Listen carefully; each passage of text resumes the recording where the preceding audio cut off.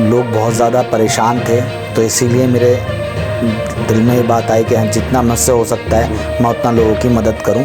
लोगों की मदद करें और इस मदद से ही दुनिया चलेगी। जी। बिना मदद के नहीं चलेगा कुछ। नहीं चलेगा। देखिए, मैंने जो मदद करी है वो इंसानों की मदद करी है। उसमें मैंने कोई धर्म, जात, बिरादरी नहीं देखी, क्योंकि ये हमारा देश है। यहाँ सभी लोग बहुत मोहब्बत से, प्यार से रहते हैं। सही बात है। और मेरा फ़र्ज़ बनता है कि हम लोग इंसानों की मदद करें। इसलिए मैंने कोशिश करी कि मैं अपने भाई की मदद करूं, पड़ोस की, चाहे वो हिंदू हो, चाहे वो मुस्लिम हो, चाहे वो सिख हो, चाहे वो ईसाई हो।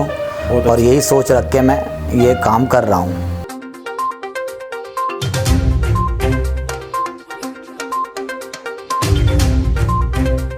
नमस्ते, आदाब, सत श्री अकाल। NFD न्यूज़ में आपका स्वागत है। आज हम उस हस्ती से बात करेंगे जो लॉकडाउन के समय पे एक मसीहा बन के उतरे और उन्होंने बहुत ही गरीबों की मदद करी और बहुत ही आगे रहे, सबके हर चीज़ में आगे रहे। ना कि उन्होंने जात देखी, ना बिरादरी देखी, ना मज़हब देखा। सबसे बड़ी बात यह है, हर गरीबों के लिए वो खड़े रहे। रात नहीं देखी, दिन नहीं देखा, वो हर आदमी के लिए खड़े रहे।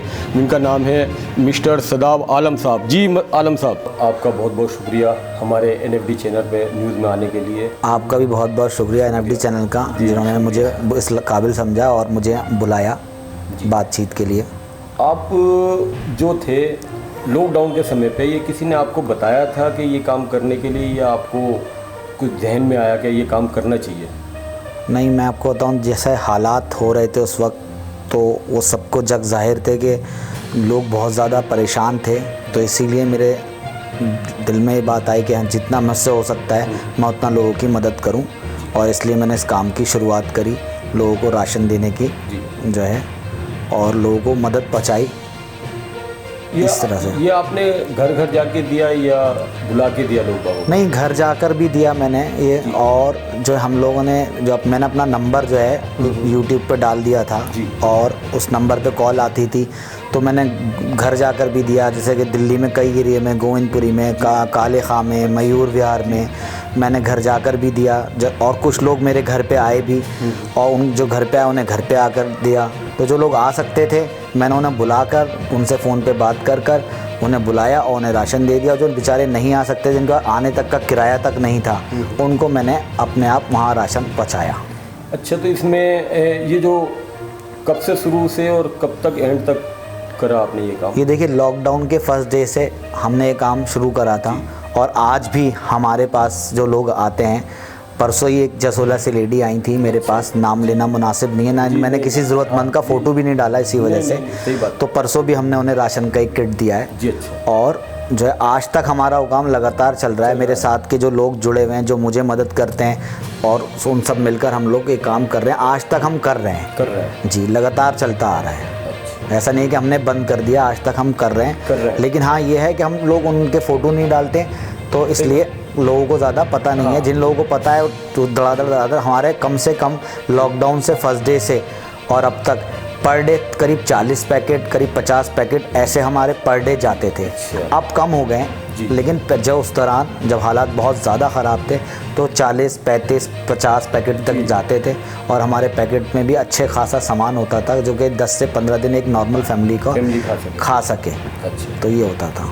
ये आगे भी चलेगा सिलसिला, या बस सीमित यहीं तक है? नहीं, हमारी कोशिश तो ये है कि जब तक हैं तो लोगों की मदद करते रहें, और जितना दम है, जितने लोग हैं, इंशाल्लाह कोशिश करेंगे आखिर दम तक लोगों की मदद करें। और इस मदद से ही दुनिया चलेगी। जी। बिना मदद के नहीं चलेगा कुछ। नहीं चलेगा। तो हमने कोई बिना भेदभाव करे कोशिश करते हैं कि लोगों की मदद करें, जिस लायक भी हैं लोगों के काम आ सकें। जी सदाब साहब, आप जो है रहते हैं गफ्फार मंदिर, जहाँ मुस्लिम धर्म के लोग रहते हैं। आपने अभी नाम लिया कालका जी, गोविंदपुरी, वहाँ तो गैर मुस्लिम है सब।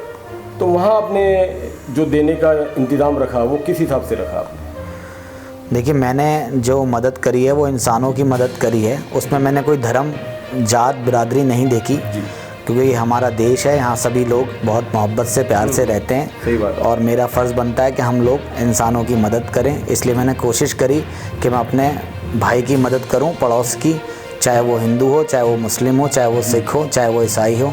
और यही सोच रख के मैं ये काम कर रहा हूँ।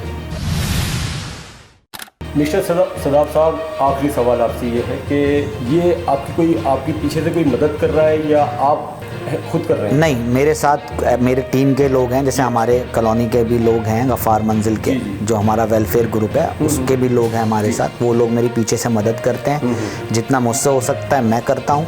हम लोग एक टीम बना के कर रहे हैं। मैं फिज़िकली सामने रहता हूँ क्योंकि मैं हर चीज़ कर सकता हूँ, और हम एक टीम बना के कर रहे हैं, और इंशाअल्लाह ताला इसी तरह से हम ये काम आगे भी करते रहेंगे।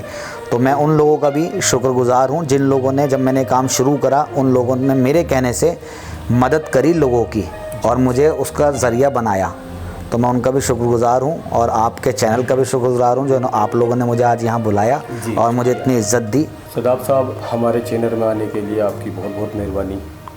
और हमारे चैनल के माध्यम से आप किसी को कुछ कहना चाहते हैं ये, या कोई मैसेज देना चाहते हैं अच्छा, तो ये मदद आगे भी चलती रहे? जी बिल्कुल, ये मैं NFD चैनल्स के ज़रिए से एक मैसेज तो देना चाहता हूँ लोगों को कि आपस में एक दूसरे की मदद करें, मज़हब ना देखें। और एक छोटा सा मैसेज ये है कि जैसे कि अगर कोई कोरोना पॉजिटिव आ जाता है तो हम लोग अक्सर दूर से खड़े होकर उसकी वीडियो बनाते हैं, और उससे पड़ोसी होने के बावजूद उससे हम बात नहीं करते। तो मेरा मानना ये है कि जब वो जा रहा हो तो उसे दूर से आवाज़ लगाएं और उसे बेस्ट ऑफ लक कहें, और उससे कहें कि आप जल्दी ठीक होकर घर आएंगे। उसका हौसला बढ़ाएं, उसे अछूत और छूत की तरह नज़र से ना देखें।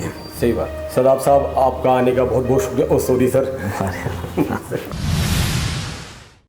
ये थे हमारे सदाब आलम साहब जिससे अभी हम बात कर रहे थे। इसी के साथ हमें दीजिए इजाज़त। NFD न्यूज़ को आप देखते रहिए, लाइक करिए, सब्सक्राइब करिए और शेयर करना ना भूलिए। नमस्कार।